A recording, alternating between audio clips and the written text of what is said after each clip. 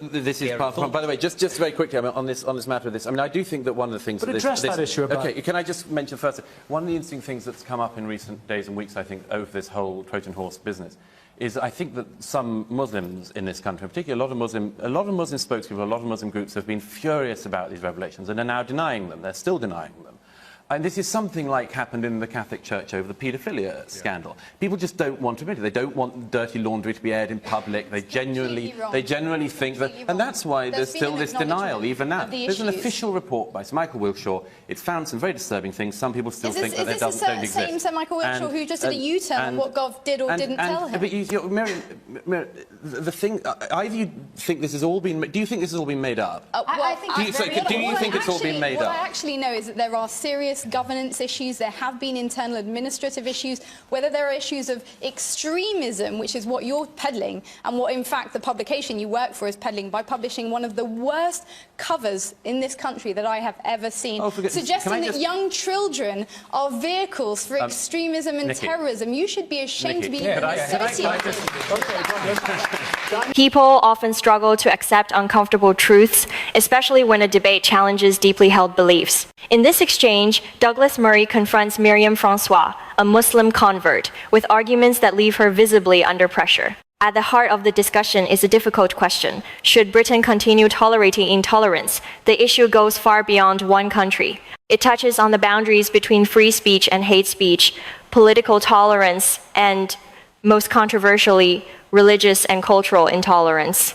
Britain has long been known for its willingness to accommodate different beliefs and communities. But critics argue that this openness can go too far, allowing both violent and non-violent forms of extremism to gain influence within society. The debate becomes especially intense when attention turns to a radical preacher who was reportedly allowed to address young students despite being associated with highly controversial views. Concerns were also raised about educational material that appeared to glorify individuals who valued death in the name of religion over life itself. So how does Myriam Francois respond when confronted with these concerns, and where does she believe the real responsibility lies?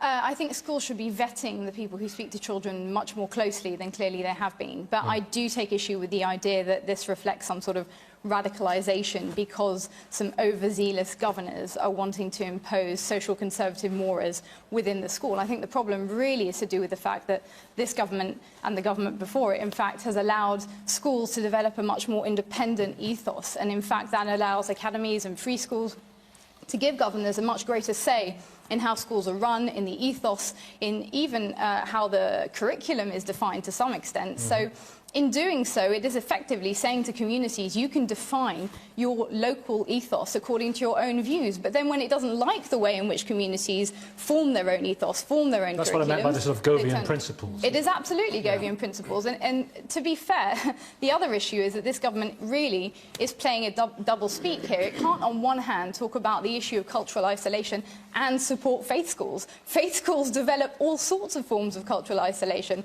That isn't to say they should be promoted in any secular schools, but to suggest that's a form of extremism suggests this government is actually supporting forms of extremism in faith schools. Myriam Francois argues that while the situation may appear radical, the deeper problem lies with the British government itself. She accuses officials of applying a double standard. On one hand, they support faith schools and give religious communities greater influence over education. Yet on the other, they condemn the consequences when that influence becomes controversial.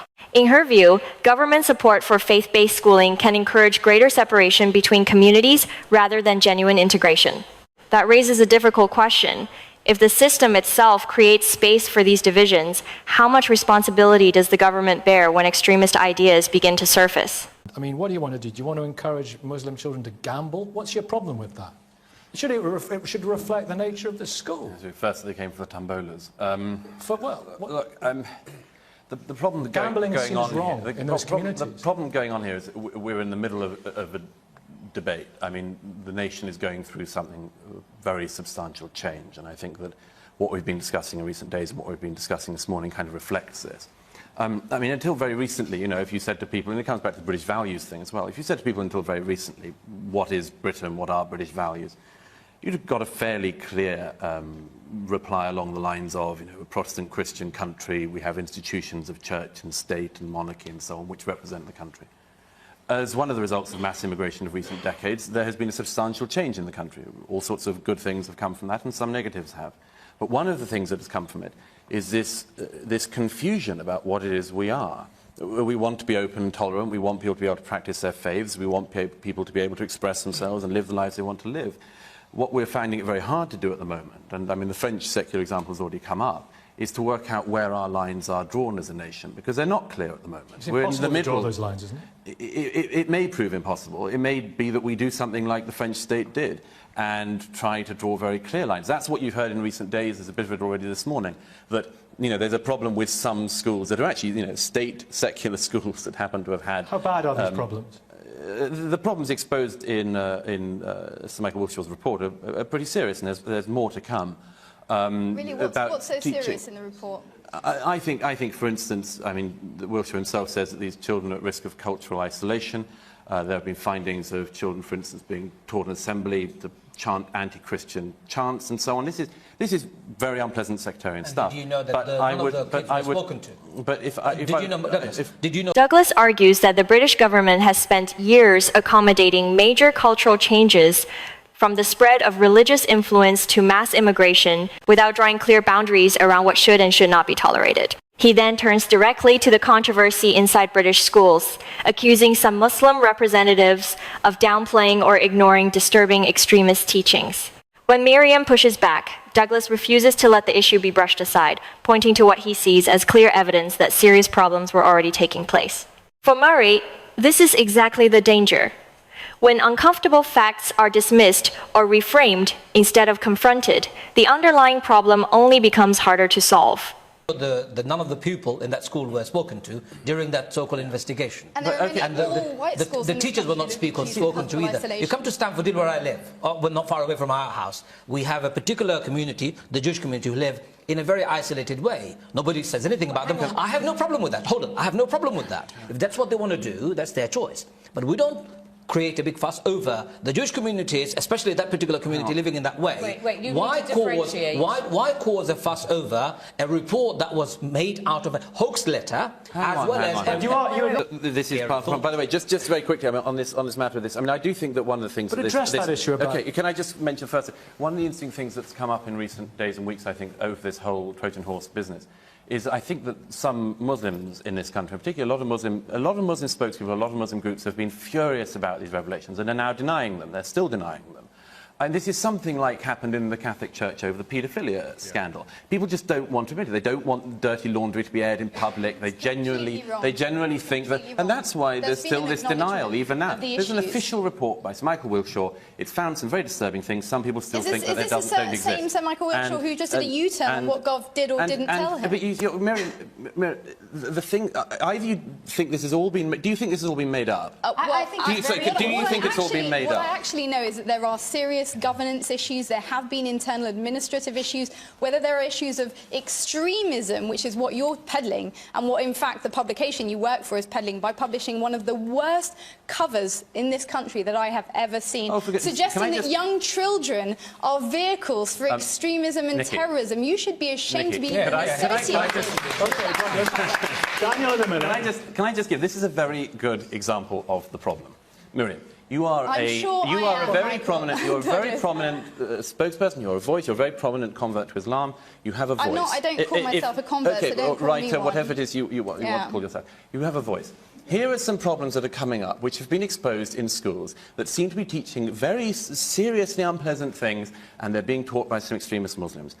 Why, in this debate, you first of all deny that that is going on, and secondly, think the problem is a spectator-cover cartoon. I do not understand. The problem is not the spectator cover. I think the issue is Miriam first. I want to speak to Daniel Hannan. Miriam, respond to that. You're trying to suggest what you're trying to do is support the Gove's agenda here, which is there are absolutely issues within these schools, and I think everyone, including the Hands Off Birmingham School campaign and others, have acknowledged that there are certain people who should even stand down as a consequence of some of the revelations in this report and reports that will come.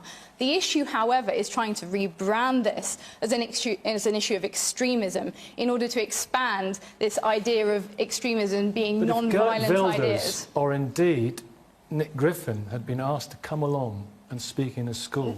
Before going any further, it's important to understand the controversy known as the Trojan Horse Affair.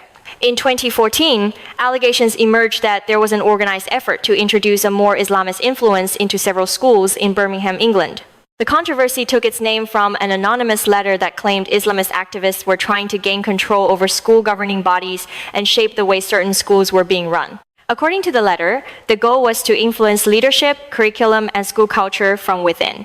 The allegations suggested that those involved wanted to push these schools toward a more socially conservative Islamic ethos, giving religious beliefs a much stronger role in how students were educated and how the institutions operated. There's a feeling that everyone's being attacked, even if you don't necessarily agree with the person who's being attacked. Do you understand where I'm going with this? Isn't it time to stand up and actually, condemn more when we hear outrageous things from people? I don't know where you're going with that at all, and I'm going to choose to pretend that I don't know where you're going with that. Well, Rabbi Laura kind of addressed it, didn't she? Yes. I would like to come back to this idea that for me, faith leaders should teach what they think is right. And that's what they should teach. And schools should teach critical faculties, which allow us to distinguish, between solid arguments and unsubstantiated arguments. And that's it. Those are the divisions. Those are the lines. That's what I always think is useful. The former Bishop of Edinburgh, Richard Holloway, had a very good line on this. He said that the opposite of faith is not doubt, but certainty. And I think it's worth bearing in mind. Look, I just wanted to mention also, comes back slightly to something I said earlier, but the period we are in of churn and rethinking about what exactly is what the Prime Minister's been writing about this morning. Everyone's trying to nail these values down. Nailing jelly to a wall. And one of the things about this is, and I think it's just the reaction to Andrea's comments, a good example of that. Nobody, it seems, is very keen on admitting I speak as a secularist, but nobody's very keen on admitting the Christian origin of some of these things, and I think we have to be frank about that. We can't write our heritage out or pretend it was something else. And just very quickly, one of the things that is being done on this, which has come up several times this morning, is this attempt to sort of encompass everybody in the new values. Sometimes it's all freedom, good, openness, great tolerance, yes. It's all fine. There is a risk, however, in this, and it comes back to the thing about always highlighting gay marriage and other things. Again, something I'm supportive of. But there is a risk in this that we build up this new value system on extremely wide ground, because it's ground we want to be as wide as possible to encompass everyone. But it might also be ground that's very shallow.